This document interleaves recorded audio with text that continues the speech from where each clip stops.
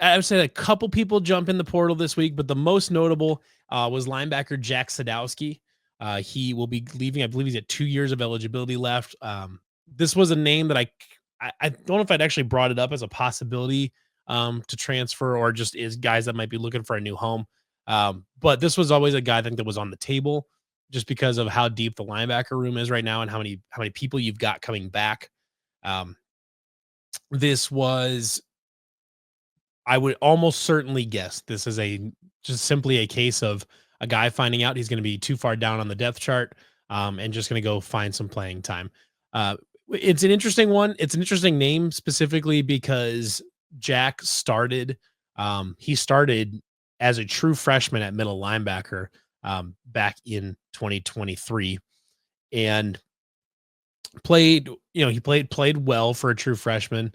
Um, but I think over the last couple years, he just hasn't developed, especially in pass coverage. I think the way that you would have liked to see him, um, that you would like to see him develop and to continue to improve, especially like I said, in pass coverage.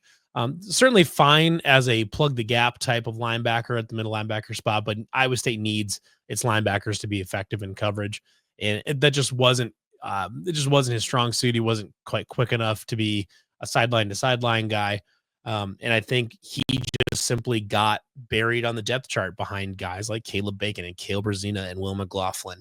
And even the freshman that played last year, because Jack Sadowski did get hurt last year. He was one of the many, many injured linebackers.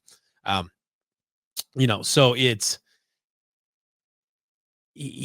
gonna be buried by on those. Yeah, like I said, even those freshmen too, Bo Goodwin, Rylan Barnes, and you've got a couple freshmen coming in that are really interesting. You've got Mason Miller. You've got lots and lots of names in there.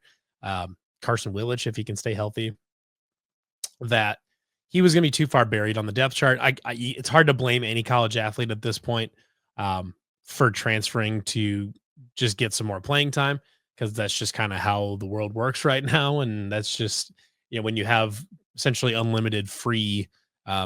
unlimited free transfers, it's difficult. Um, it's difficult to hang on to guys if and to turn them into truly developmental players anymore, and that's just kind of not how it works anymore. Got Dan the Diesel Freak in here saying how's it going? Going good, my man. Um, so this is a loss, obviously, for Iowa State as far as depth goes. Because I mean, he has still started a lot of games at Iowa State, has played good football in his career, um, but I've made this point in the show before. I've made it on our podcast with Wide Right that I think Iowa State's injuries this past season have the blessing in disguise or the silver lining, if you want to call it that, is that you have so many guys on the roster now that have not only played in games but played a lot of snaps in those games, and a lot of them that have started games. You've got guys 9 deep on the roster right now that have started football games for Iowa State. So this was always probably going to be one of Iowa State's deepest position groups in terms of playing experience.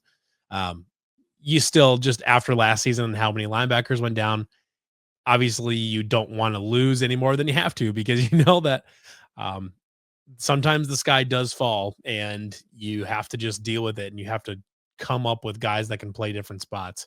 And they really had to do that, but they're healthy now. Caleb Bacon should be healthy, mostly healthy. Will McLaughlin is much healthier. So you get John Closer back and lots of different guys back as well. So, it's a loss in terms of depth. But was he in the mix to become a starter? I would guess apparently not, because he is in the portal, obviously. So I don't think he was ever really in the mix to be a starter, just based on who's in front of him and what kind of experience there is in that room. And it also may be just the fact that the younger guys are starting to pass him up a little bit too, and he just decided to go get more snaps. Can't blame him too much, but you'd like to have him for depth, but sometimes it's just not how college football works anymore.